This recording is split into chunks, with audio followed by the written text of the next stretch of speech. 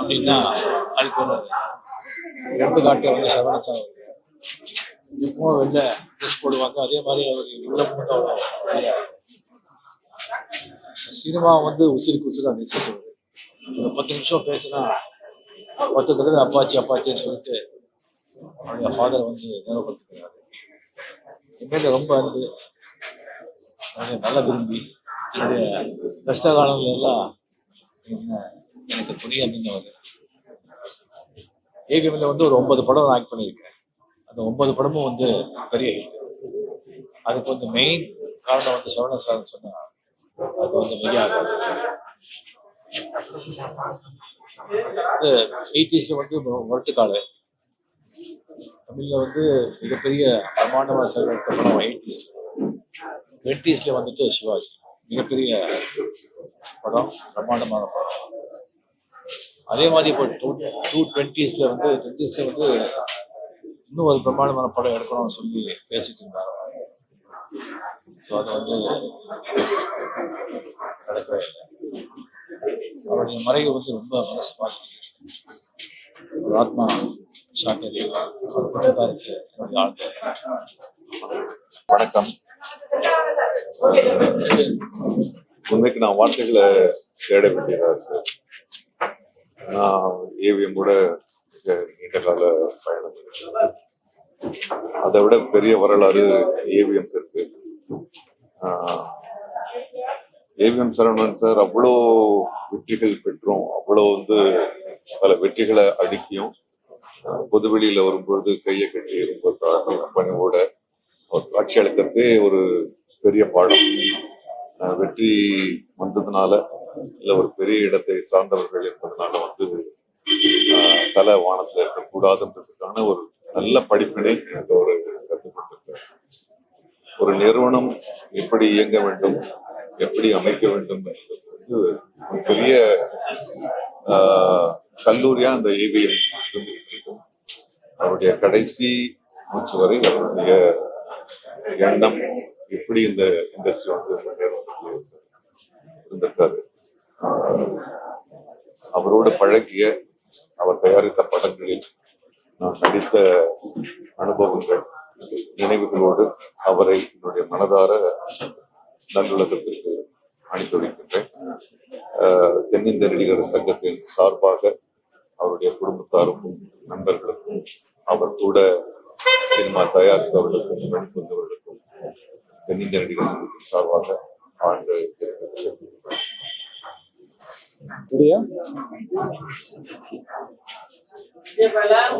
வணக்கம். இந்த நிறுவனம் ஒரு மனுஷனுக்கு பேக் போன் மாதிரி. பேக் போன்னா ஒரு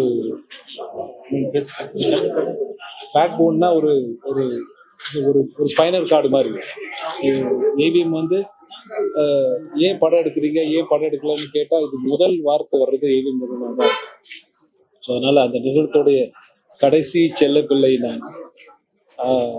செல்லப்பிள்ளைன்னா ரொம்ப செல்லப்பிள்ளைன்னே சொல்லலாம். சரவணன் சார் இப்போதான் இந்த ஃப்ளோரில் வந்து எல்லைக்கே ஷூட் முடிக்கும்போது இந்த கோயிலில் உட்கார்ந்துட்டு இருந்தாங்க. ஸோ அவரை பார்த்து பிளஸிங்ஸ் வாங்கிட்டு போனேன். ஸோ வந்து இவருக்கு எனக்கும் நிறைய நினைவுகள் இருக்கு, நிறைய மலர் நினைவுகள், நிறைய நல்ல விஷயங்கள் இருக்கு. நான் வந்து முதல் படம் பண்ணும்போது, தாய்மல்லானின் ஒரு படம் பண்ணும்போது, இவர் ஆஃபீஸ் ரூம்ல மீட் பண்ணும்போது இந்த கெட்டப் வித்தியாசமா இருந்தா நல்லா இருக்குன்னு சொல்லிட்டு ஹெட் ஷேப் பண்ண சொன்னார். நான் டக்குன்னு வாக் அவுட் பண்ணிட்டேன். வாக் அவுட் பண்ண இவர் கேட்டிருக்காரு, ஏன் நம்ம சொன்னது ஏதாவது வருது, ஏதாவது காயப்படுத்திருச்சா அவர் அப்படின்னு. நான் பாண்டு சார் போய் மொட்டை பிடிச்சி வந்தேன்னு தெரியாது. அவர் மொட்டை அடிச்சுட்டு திரும்ப வந்து நின்ன உடனே ரொம்ப ஹாப்பியா இருக்காரு. ஸ்டில் சாரதி விட்டு இதே ஃப்ளோர்ல, இதே மாதிரி இந்த ஃப்ளோர்ல இன்னொரு 2 ஃப்ளோர் தள்ளி ஒரு ஃப்ளோர் திறந்து விட்டு அந்த போட்டோ ஷூட்லாம் பண்ணாங்க. ஸோ அதனால அன்னார் அவர்களை இழந்து வாடுகிற குடும்பத்திற்கு என்னுடைய ஆழ்ந்த இரங்கலும் அவருடைய நினைவுகளும். என்றென்றும் திரையுலகத்தில் இந்த புத்தகத்தை திரும்பி பார்த்த அவருக்குன்னு முதல் பக்கத்துல ஏவிஎம் சரவணன் சாருக்காக இருக்கு. நன்றி, வணக்கம்.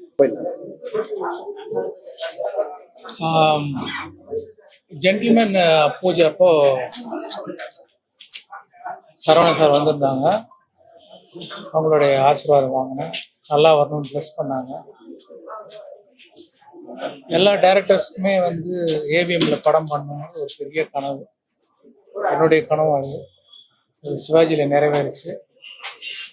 அதுக்கு சரவணன் சார் நான் நன்றி சொல்லணும். கதையை கேட்டுட்டு நல்லா இருக்கு, நல்ல ஃபேமிலி சென்டிமெண்ட் இருக்கு, காமெடி இருக்கு, மெசேஜ் இருக்கு, படம் கண்டிப்பாக ஹிட் ஆகும் அப்படின்னு கதை கேட்டவுடனே அவங்க ஜட்ஜ் பண்ணாங்க. அவங்க ஜட்ஜ்மெண்ட்டு, கால்குலேஷன், பிளானிங் எல்லாமே ரொம்ப நல்லா இருக்கும். சாங் செட்லாம் வந்தாங்க, பார்த்து ரொம்ப என்கரேஜ் பண்ணாங்க. மெயினாக லைக் ஒரு படம் முடியணும், கண்டினியூவாக ஷூட் பண்ணி படத்தை முடிக்கணும். அதுக்கு என்னென்ன எஃபர்ட்ஸ் போடணுமோ அதெல்லாம் ரொம்ப பிரமாதமாக போடுவாங்க. அதுதான் அவங்களுடைய வெற்றி. அது மட்டும் இல்லை, லைக் படம் முடிஞ்சு பல வருஷம் கழித்து திடீர்னு ஒரு செக் வருது. என்னென்னு பார்த்தா கனடாவில் ஏதோ சிவாஜி கொடுத்த ரைட்ஸு, அதில் டைரக்டராக எனக்கு வர வேண்டிய ஷேரை வந்து அனுப்பிச்சிருந்தாங்க.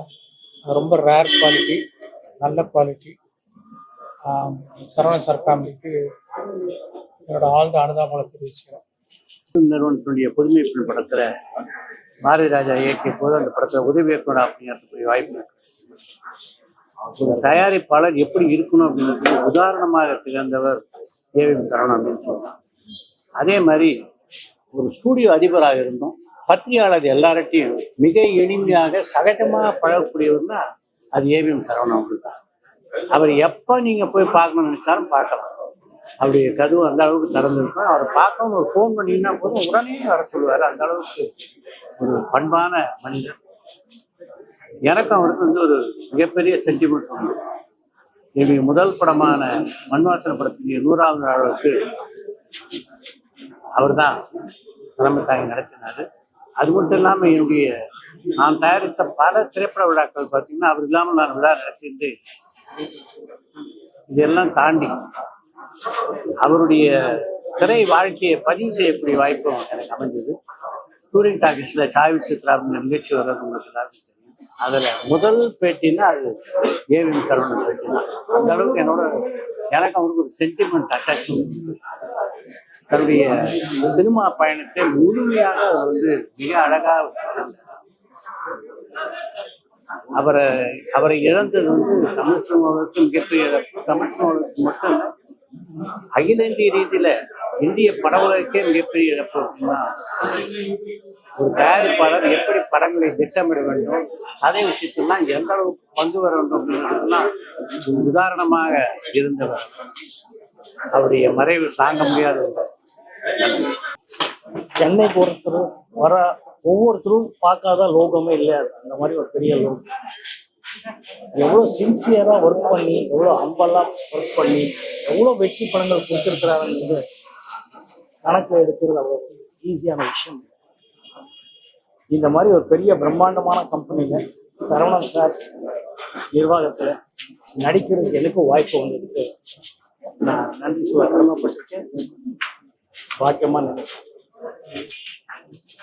சரவணன் சார் பற்றி சொல்கிற அளவுக்கு நமக்கு அனுபவம் விட பெரிய பெரிய எம்ஜிஆர், சிவாஜி சார் வந்து எல்லாரும் வச்சு படம் பண்ண நிர்வாகம். அதில் சரவணன் சாருக்கு பெரிய பங்கு. அவ்வளோ சரளமாக பேசுவார், சிம்பிளாக இருப்பார். ஆனால் படம் எடுக்கிறது அவ்வளோ பர்ஃபெக்டாக பண்ணுவார். சொன்ன தேதியில ஆரம்பிப்பார், சொன்ன தேதியில ரிலீஸ் பண்ணுவார். அதான் இந்த ஏவிஎம் பேனருக்கு இருந்த மிகப்பெரிய பேரு. அதை அப்படியே காப்பாற்றிட்டு வந்தார். நேற்று அவரோட பிறந்த நாள், 85வது பிறந்த நாள். யாரும் எதிர்பார்க்காது. அவரோட ஆத்மா சாந்தி. நானும்